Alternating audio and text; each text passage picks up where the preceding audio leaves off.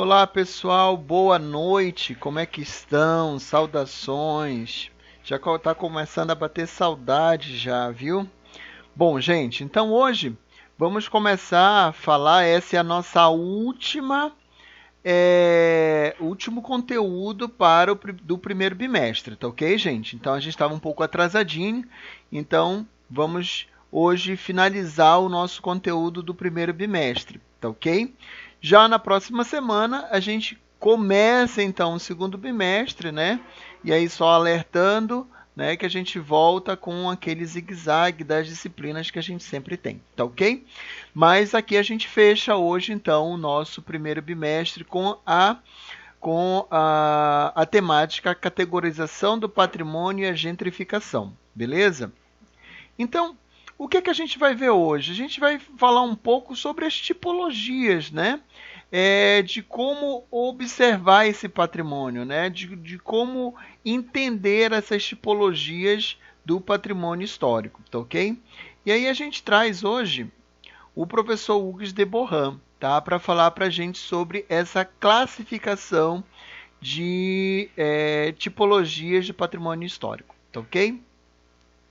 Então, o professor Hugues de Borram vai falar o seguinte, que o patrimônio cultural é dividido em três categorias de elementos: patrimônio natural, patrimônio cultural intangível e patrimônio cultural tangível, tá ok? Então, vamos lá entender um pouquinho o que é cada um desses, tá bom? Beleza, vamos lá.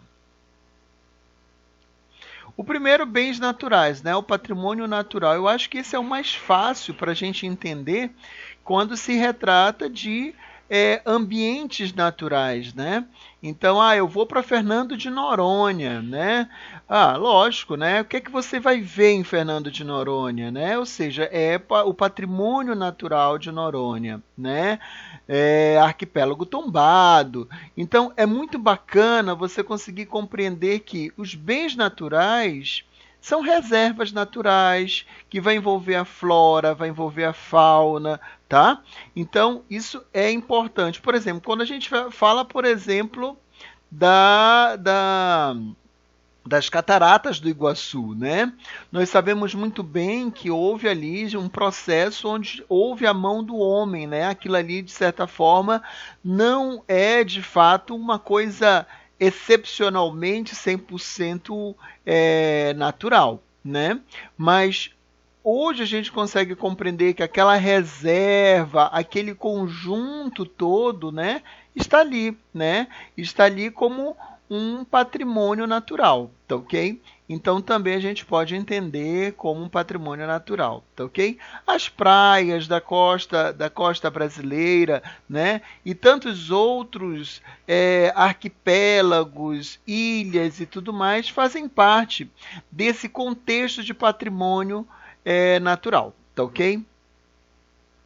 O próximo são os bens culturais intangíveis. Nós vamos ter que ter cuidado com um e com o outro, tá ok? Então, aqui, ele não tem uma sustentação material, são mantidos pela tradição, tá ok?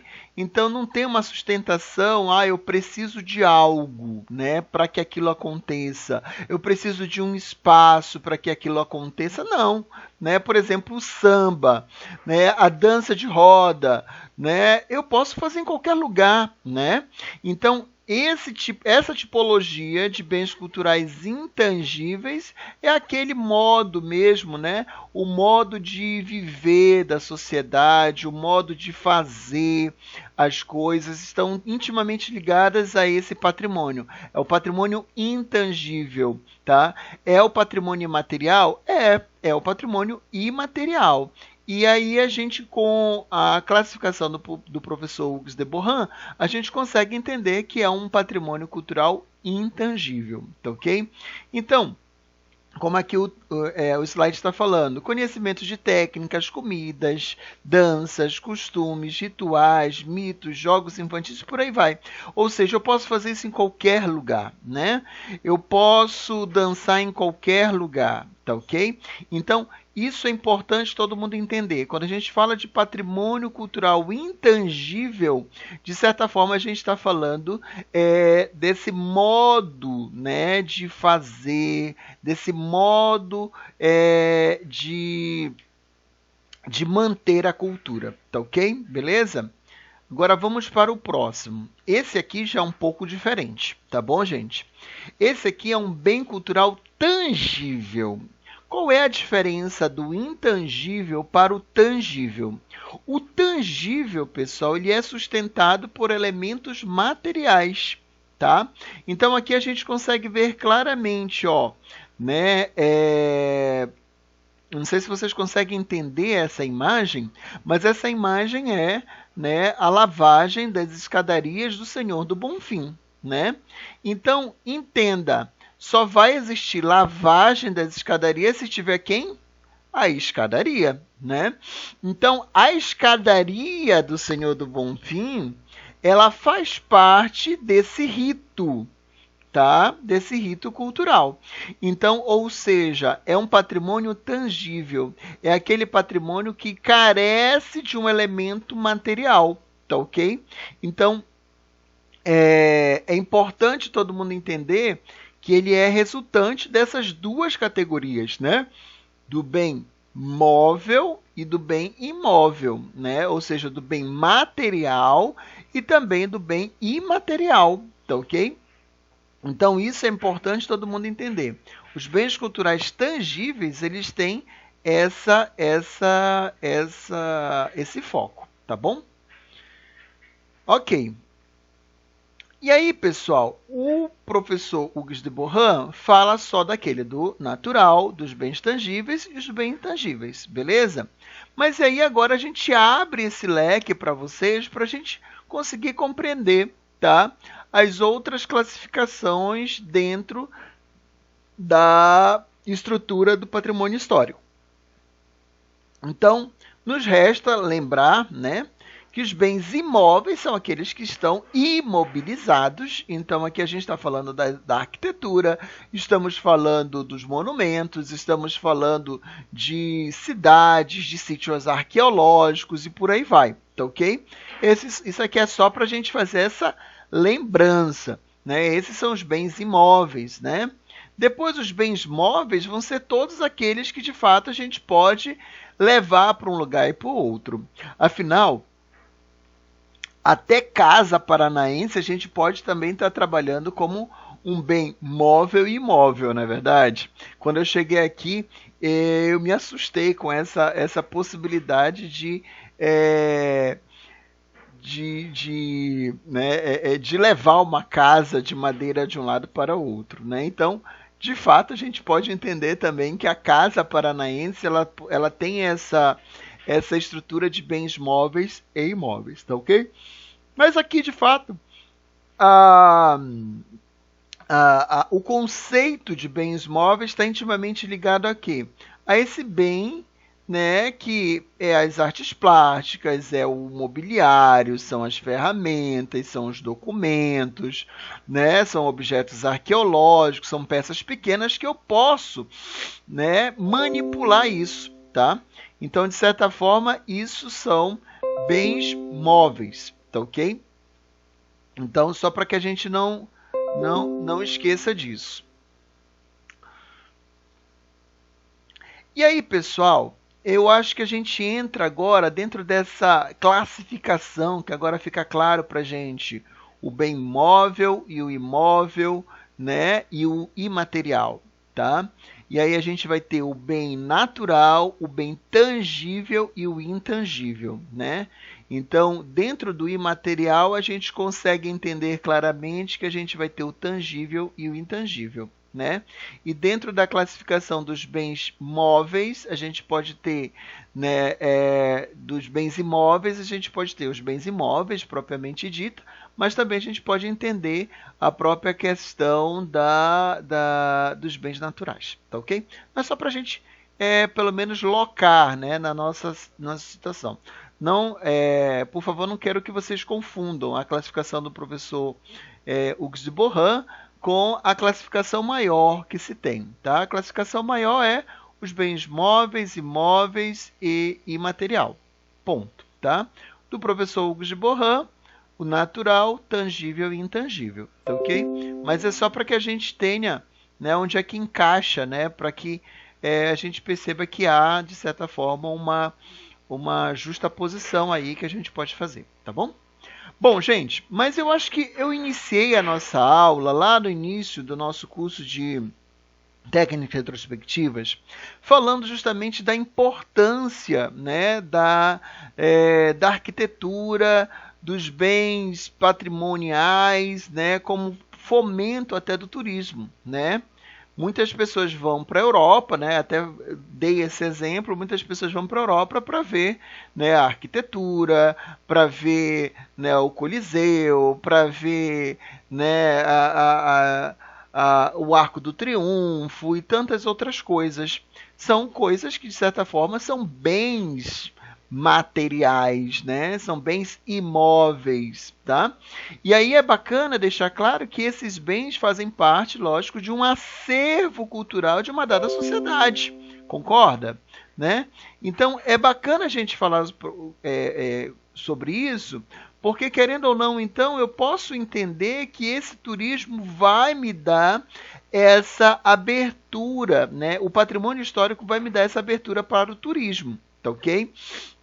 Então, eu posso entender que o turismo também está intimamente ligado a esse processo de reforma, de restauração do patrimônio histórico de uma dada cidade, como fomento justamente da própria indústria turística. Tá, ok? Então, o turismo também vai favorecer essa abertura de divisas, né? Ou seja, vai favorecer essa inserção de capital dentro daquele município, né? O fluxo de capital, o crescimento da economia, né, muito grande. A ver, por exemplo, quando a gente fala do Rio de Janeiro na época de fevereiro, que tem carnaval, né? Você não encontra ali um hotel, você não encontra um espaço, né, que, de certa forma, é bem competitivo, tá? Então, isso é devido ao quê? A um bem imaterial que nós temos, que é o carnaval, tá? Então, é bacana falar sobre isso. Então, muita gente, né, naquelas arquibancadas, naquelas arquibancadas e demais compartimentos ali do sambódromo, muita gente não é daqui, né? Muita gente é de fora, tá? E então isso faz com que sim entre para cá, para nossa economia, tá? E aí não vai ser só o carnaval, pessoal. Nós temos inúmeras festas em várias regiões do país que vamos ter sim, né, essa visão cultural dentro dessa questão turística, tá bom? E óbvio que isso, de certa forma, é muito interessante, né? Por que será que queríamos que viesse as Olimpíadas e também a Copa para cá para o Brasil? Porque há interesse político, né? Há interesse justamente de valorizar essa indústria turística, que é uma indústria extremamente que partilha, né, que articula uma economia extremamente alta, tá bom? Lógico, né? É o caso agora que a gente está vivendo essa pandemia e é a economia que mais está sendo afetada, né? A indústria do turismo, tá ok? Então eu vou passar agora um vídeo que vai falar um pouco para a gente desse processo de gentrificação. Pera lá, meu professor, só não explicou direito o que é isso então. Pois é, a gentrificação ela vai ser esse momento onde esses interesses políticos vão ver a necessidade de trazer turistas para a sua cidade, e esse trazer turistas para a cidade vai fomentar o quê? Eu preciso arrumar minha casa, né? Eu preciso valorizar ali o que eu tenho de histórico, então eu vou dar uma reformada nesse conjunto todo, né? Então, Eu venho, por exemplo, de uma cidade que tem até o nome do projeto, é Projeto Feliz Lusitânia, que então articulada, o primeiro centro histórico de Belém, que pega ali as primeiras ruas de Belém, que passou por uma grande reforma, uma grande reestruturação, né? Muitas coisas foram retiradas de lá para abrigar justamente esse processo, né, de embelezamento, e por que não dizer de enobrecimento dessa área, afinal é uma área que tem o intuito de trazer, né, capital para a cidade. Tá? Então esse espaço ele precisa ter segurança, esse espaço ele precisa ter um espaço que seja de certa forma interessante para o turista, tá? Precisa ser belo, precisa trazer cultura, né? Então, é um espaço que, de certa forma, não é qualquer espaço, tá ok? E aí, com isso, essa gentrificação vai favorecer o que a gente vai entender de, se eu vou enobrecer essa área, eu preciso dar uma certa limpeza, né? Colocando essa limpeza com aspas, tá bom?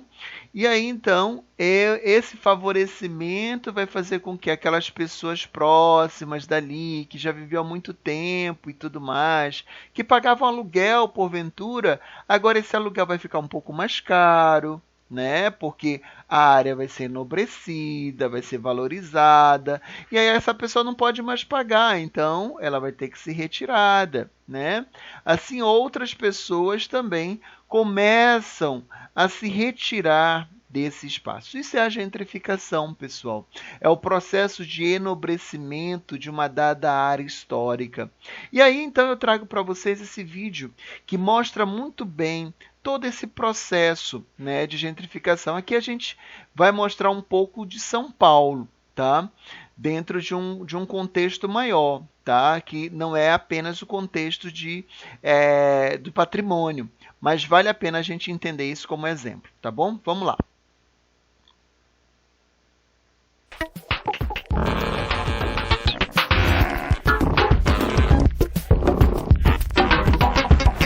O direito à moradia é um pressuposto tão elementar e fundamental para o bem-estar humano que a Constituição brasileira, o documento máximo que rege a nossa vida em sociedade, defende e garante esse direito a todas as pessoas.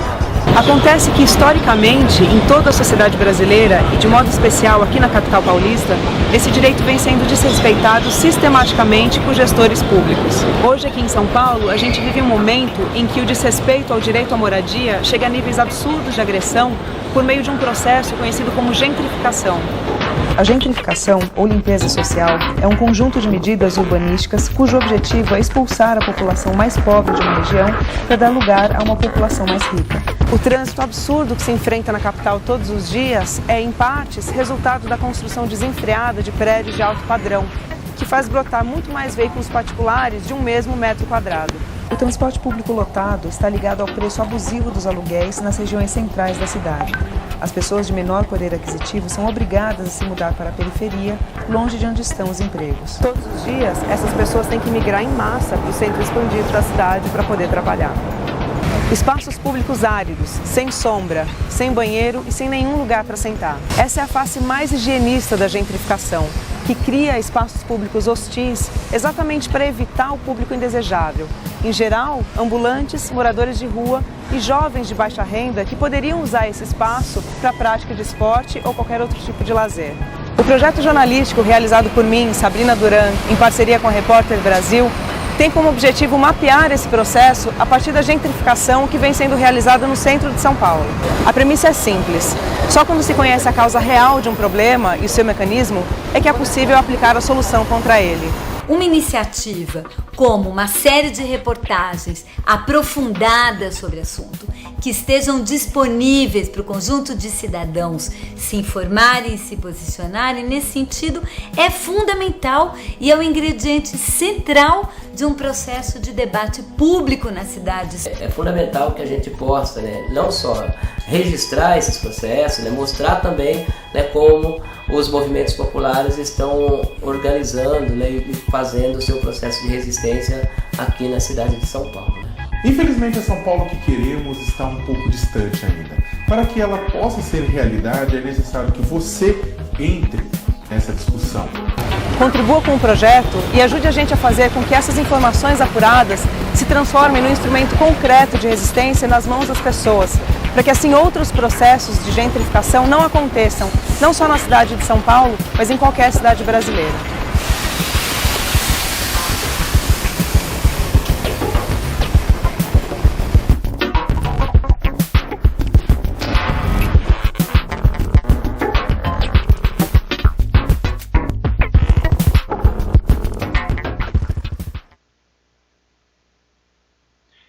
Aqui ela fala, né, de uma forma muito rápida, né, sobre esse processo de gentrificação em São Paulo, né?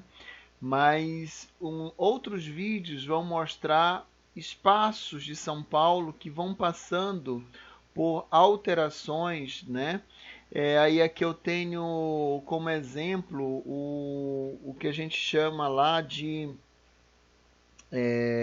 Carramanchão, né? E esse Carramanchão, na realidade, é uma via, né, uma grande via, que foi colocado por cima dessa grande via um grande viaduto, tá? Então, toda aquela parte, né, que fica ali na parte baixa da cidade, né, ela ficou meio obscura, né? E, de certa forma, isso teve um problema grave, né, dentro da questão urbanística, tá? Mas a proposição ou seja, trabalhar, hoje se discute trabalhar esse viaduto como se fosse um parque linear e tudo mais, tá ok? Mas, né, de certa forma, com o intuito de fazer o enobrecimento daquela área, foi colocado esse viaduto e hoje é entendido como esse Carramanchão, ok? Então, pessoal, eu mostro para vocês aqui, né, para vocês terem uma noção, aqui pequenos exemplos do que faz esse processo turístico, né? Eu estou aqui fazendo essa linkagem do turismo com a gentrificação. É óbvio que a gente entende, e eu quero deixar claro para todos, que essa gentrificação ela não só acontece, e aí foi a minha intenção de trazer o filme de São Paulo, não só acontece com o intuito de enobrecer para o turismo, mas o intuito de enobrecer, criar políticas de enobrecimento da cidade, né? E que muitas vezes não está ligado ao turismo, mas que, de certa forma, tem a sua parcela de contribuição, tá ok? Então aqui a gente consegue ver claramente, né, um gráfico, né, uma tabela, desculpa, que mostra, né, a quantidade de pessoas, né, quantidade de fluxo de pessoas que vieram, né, para a Copa do Mundo, tá? Então a gente consegue ver aí mais de 11 milhões de pedidos de ingresso, né? Total de ingressos, né, 3.141.000, né, 64% dos ingressos alocados para brasileiros e 36% para estrangeiro, tá? Mas perceba que aqui a gente está falando de um fomento de uma dada situação aí esportiva, tá? E aí a gente já consegue ver como esse fluxo é grande. Imagina o fluxo turístico anual, né? Lógico, não acontece nessa proporção, mas o fluxo turístico é grande também ao redor do mundo, tá bom? Então, pessoal, falar de bens culturais é falar também desse processo, né, de patrimonialização. Então, aqui eu trouxe para vocês, né, esse processo aí de enobrecimento, esse processo de gentrificação, né? Isso acontece aqui em São Luís. Então, os casarios hoje, a grande maioria dos casarios em São Luís, principalmente no centro histórico, eles não têm essa propriedade residencial, tá ok?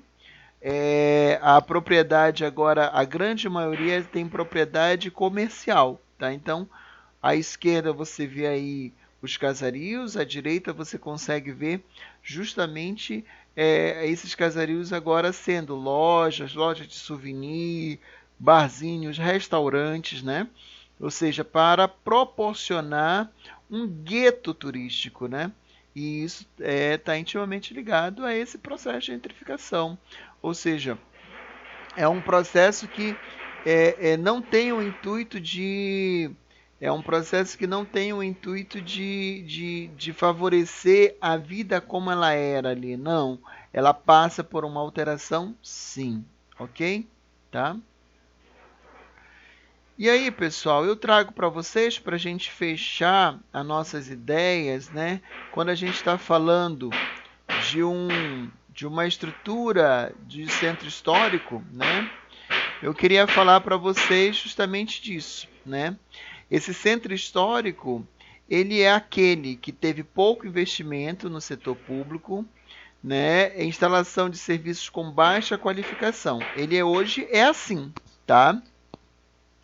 E aí, então, ele passa por uma intenção, uma vontade, né? Uma ação pública de um processo de enobrecimento para priorizar o turismo, tá? Ele não é feito ali de qualquer forma. É para priorizar o turismo, vai ser para priorizar justamente a Copa do Mundo, as Olimpíadas, o fluxo, a mobilidade urbana.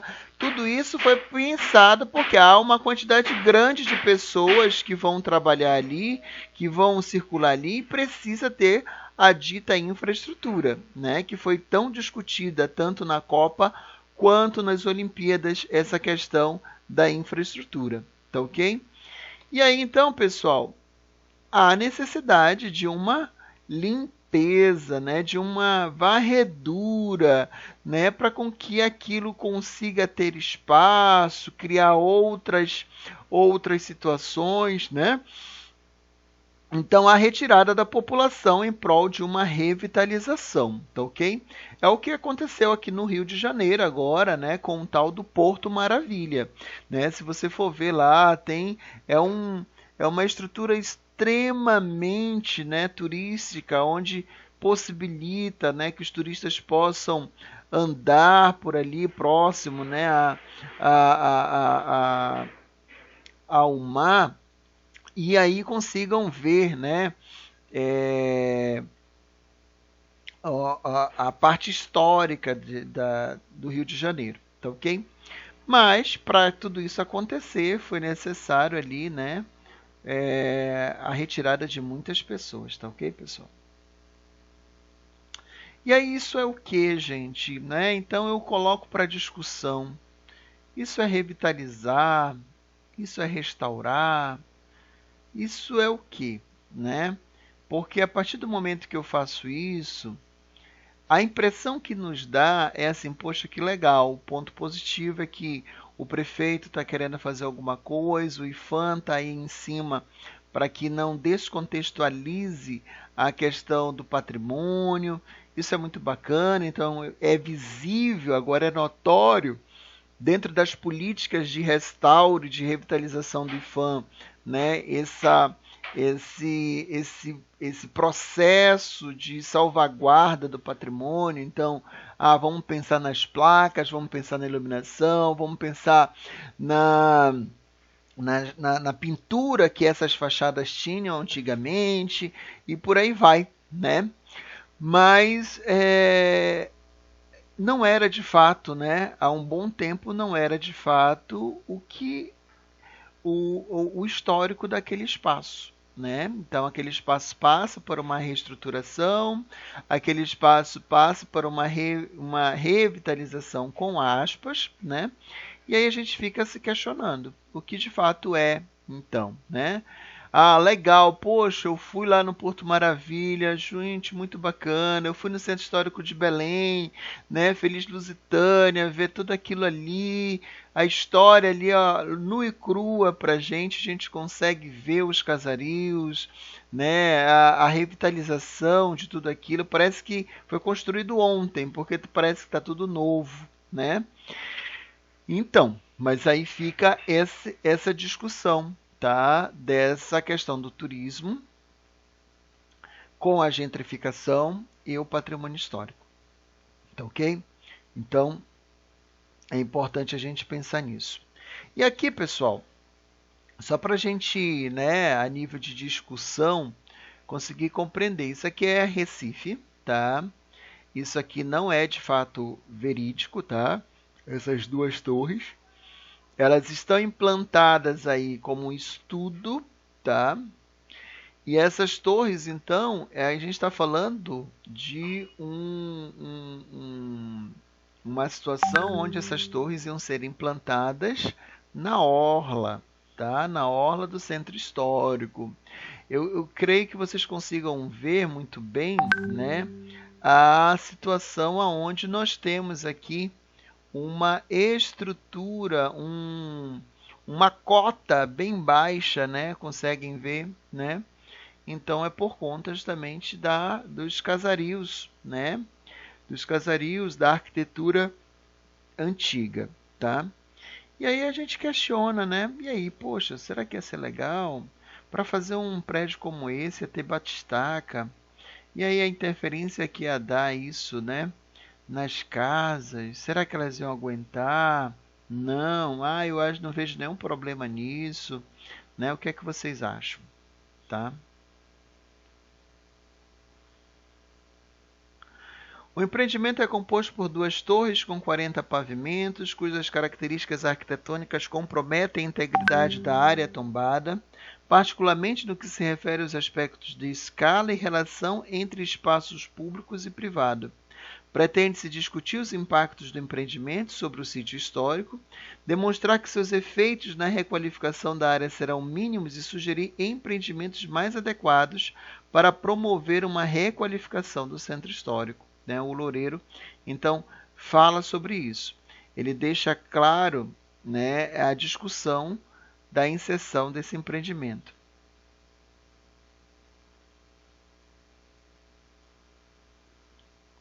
E aí, pessoal, a gente se volta a pensar agora não só nas cidades antigas, né? Vale a pena a gente pensar, e aí, gente? Brasília ontem fez 60 anos, né? Mas 60 anos para um prédio modernista já começa a ser muita coisa, não é verdade? Né? 60 anos para Cascavel, que também já tem essa idade, né? Um pouquinho mais, também já é muita coisa, né? Tanto é que as arquiteturas desse período, que foram influência nesse período moderno, já passaram, já estão passando por algumas alterações. Não vou dizer restauro, tá ok? Então, por quê? Porque estão ficando, são estruturas que de certa forma estão ficando antigas, tá?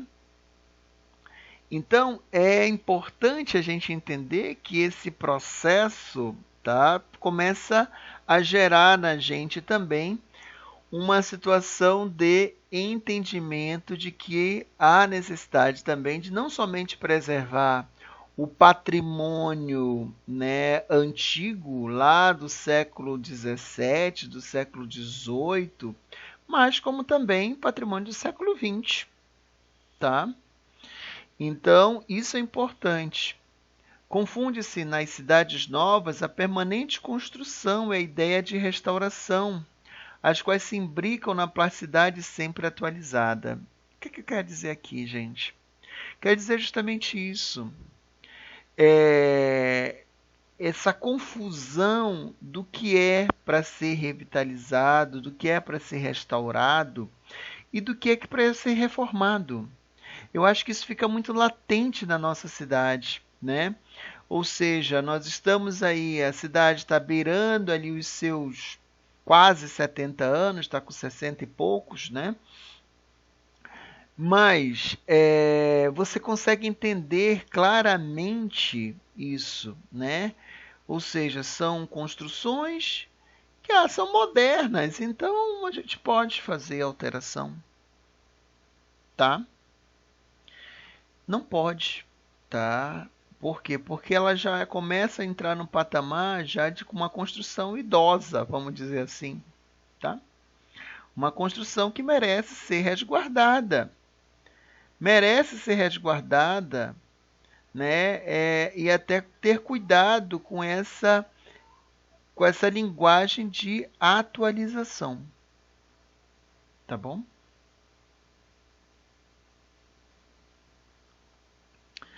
Então, esse processo de colonização e territorialização, né, faz parte também. Nós somos, dentro da nossa colonização, isso é muito imbrincado, né? A nossa colonização sempre foi essa coisa de imprimir, né?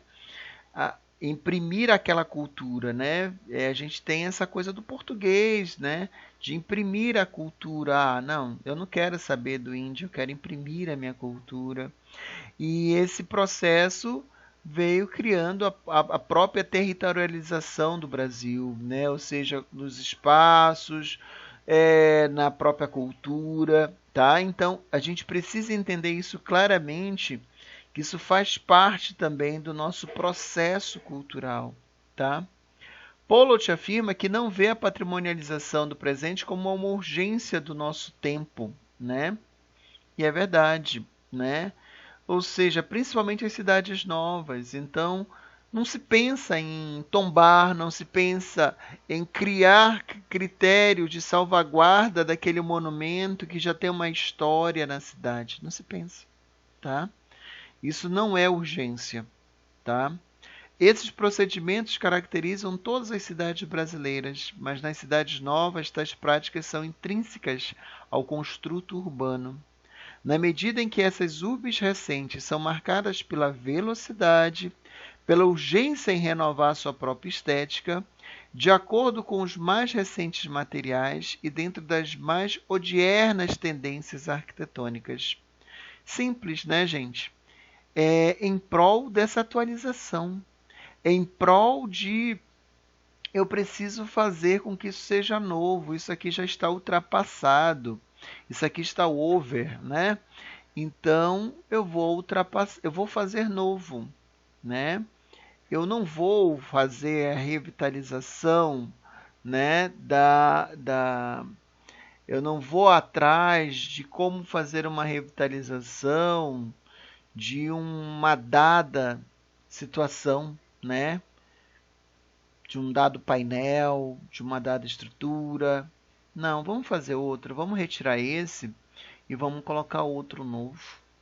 Vai ficar mais bonito, tá? Vai ficar melhor. E não me importa que as pessoas falem, né? Porque alguém está me pagando, tá? Então, é muito isso do pensamento hoje, tanto dos arquitetos, aí eu já estou fazendo uma crítica tanto dos arquitetos, tá?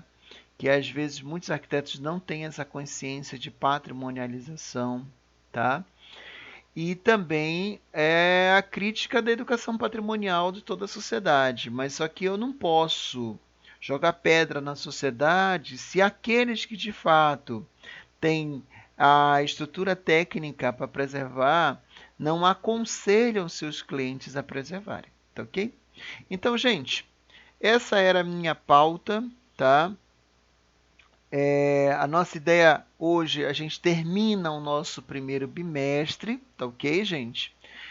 E aí, então, a gente inicia na próxima aula, né? A gente começa o nosso bate-bola com as disciplinas, tá bom? Mas eu fico por aqui. E aí, então, agora vocês têm a atividade, que tem umas 5 perguntinhas para a gente fazer, para ver como é que está, então, a percepção de vocês, né? E a assimilação daquilo que a gente discutiu. Tá ok? Grande abraço, pessoal, e até o próximo encontro.